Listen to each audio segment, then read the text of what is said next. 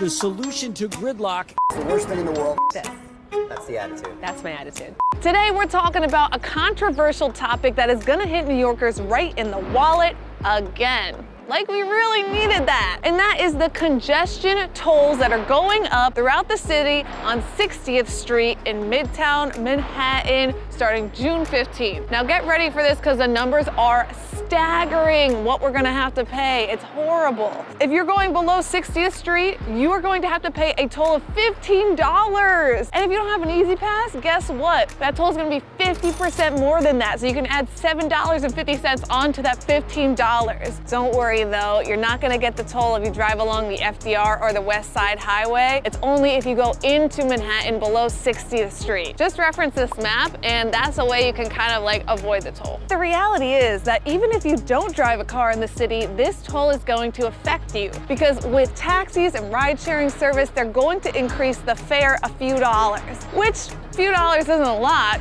but the cost of living here is one of the highest in the world. So really any amount increased is a problem. But is it all bad?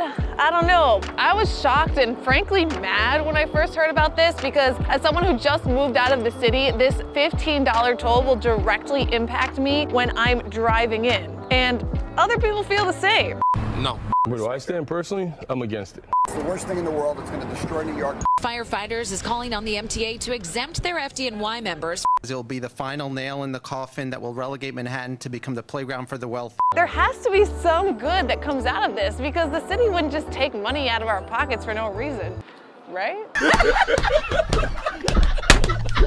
This city is expecting to rake in a mind-boggling $1 billion a year from this. That's right, $1 billion. And where do we think all this money's going? I don't know, what do you think, Lucas? I think they're definitely gonna give back to the people of New York based on how they've done in the past. And I really believe in them. They're gonna really help New York City and just definitely not line their own pockets with it. The MTA says that they're going to fix the subway. They're going to add elevators, which by the way, if you don't know, there's only 20% of the subways have elevators, and they're going to extend the 2nd Avenue line. But the reality is, how many times have we heard these promises before? A lot.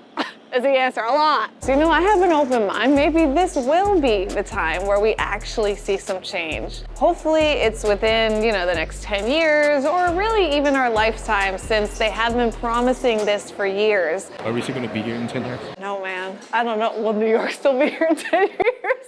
No New York City subways, buses, or trains are running this morning. Bridges and tunnels could be shut down next as the storm gets closer to shore. We've got to take this system and get it out of the late 19th century and get it into the 21st century as quickly as we possibly can. Byford was hired to shake up the tired old system.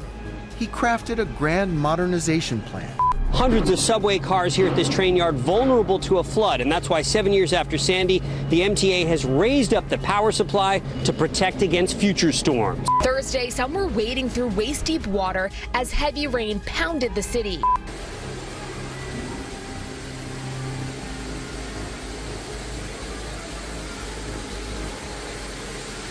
The reality is though, if they're going to upgrade the subway system with that $1 billion of projected annual income, that would be so nice. Because have you ever traveled to Tokyo or London and seen those public transportation systems? I'll tell you what, they're not unreliable, loud, and dirty like this. It would be amazing if New York had those things. It would allow New York to be more accessible to more people. Crossing my fingers that we can have a subway system like London here in New York thanks to these tolls, if that's, what they're saying. If they don't upgrade the MTA, you guys can do this. Bing bang. What do you think about all of this? Do you think this plan will truly upgrade the city, or is it just another way to line the pockets of the government?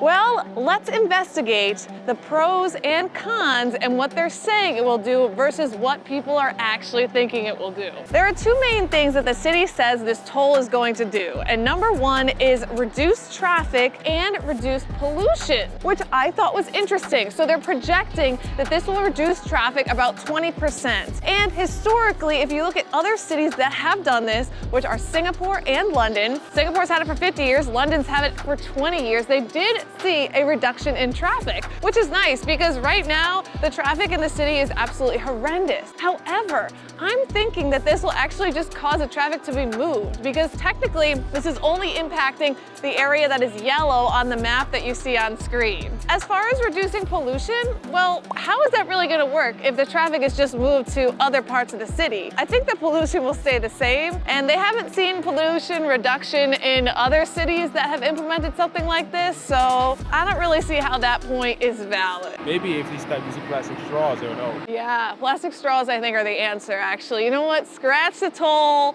get rid of the plastic straws. That will solve all the world's problems. 1, 2, 3, 4, 5, 6, 7, 8, 9. Good thing we have no more plastic bags. Now I just have a million tote bags. Stores across New York State could soon cost you more money. The state's plastic bag ban takes effect March 1st. No plastic bags, no straws.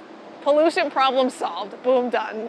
And the second reason is more money for public transit. Let's hope that it actually goes to that. So, like I said, they're projecting $1 billion additional revenue a year to upgrade our subway system, which I think we all can agree would be amazing if it's used for that. And here are the 3 things that people actually think it will do. And I'm wondering if you agree with this. Number 1, this is essentially just another tax on the working class. It's a way that the government can squeeze even more money out of people's pockets.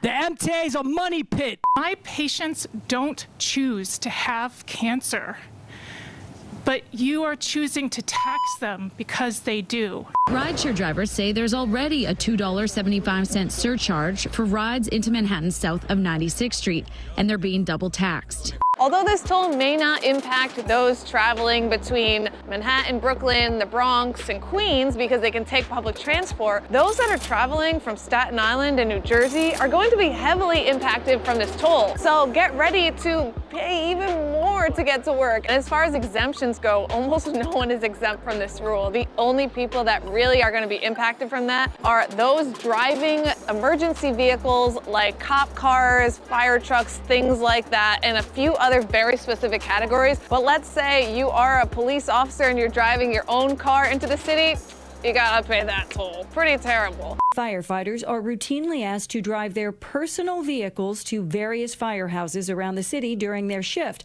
New Jersey is so mad about this that they're actually suing the city of New York, saying you better not charge people from New Jersey to drive into the city. Developments this afternoon on congestion pricing here in New York City. New Jersey is suing the federal government to block the process on the same day some of the new toll scanners were installed. We'll see what happens. They already paid for the tunnel. I know, that's their point. They're like, we already have to pay for the tunnel. We're not paying an additional $15. That's like $30 to get to work. That's insane. Do the math on that. $30 and like say you drive into the city, I don't know, 5 days a week. I can't do math. If there's 4 weeks, we're really bad at it. $600 a month. That's a final answer. Are we right? Number 2, this will push more traffic into the outer boroughs, which no one really wants. We don't want more traffic anywhere, right? A lot of politicians believe that this congestion pricing will do this. It will push more traffic into Queens, into Brooklyn, into the Bronx. I also think it's going to increase traffic above 60th Street in Manhattan because all of the people that will be driving in from north of the city aren't going to want to pay that $15 toll and the astronomical parking fees in Midtown. I know personally that's what I will be doing when I drive in. You better believe I'll be parking above 60th Street to avoid that toll, and then I'll just take the train wherever I'm going. It's gonna be faster that way anyway. No one wants to be stuck in that Midtown traffic. And number 3, it's unfair to low-income drivers. Yes, low-income drivers will get a discount. If you make less than $50,000 a year, you get 50% off. But a $7.50 toll is still a toll, and $7.50 a day can still add up. So I don't think, it even makes sense in that situation. So my take on this is that maybe it will help fund subway changes, which would be amazing, but I don't really know or believe or trust that that money's gonna go there. So I'm not really sure how to take this toll, but I'll tell you what, I don't wanna pay it and I'm gonna avoid paying it all the time. Regardless, it's gonna happen on June 15th. Anything below 60th Street, you can reference the map on screen again if you have questions. But I'd love to hear your take on this in the comments. Do you think this will help impact the city in a positive way? Will it reduce traffic and pollution and allow us to build a better subway system? Who knows? Tell me in the comments, and I'll see you next time. Bye. Bing bang.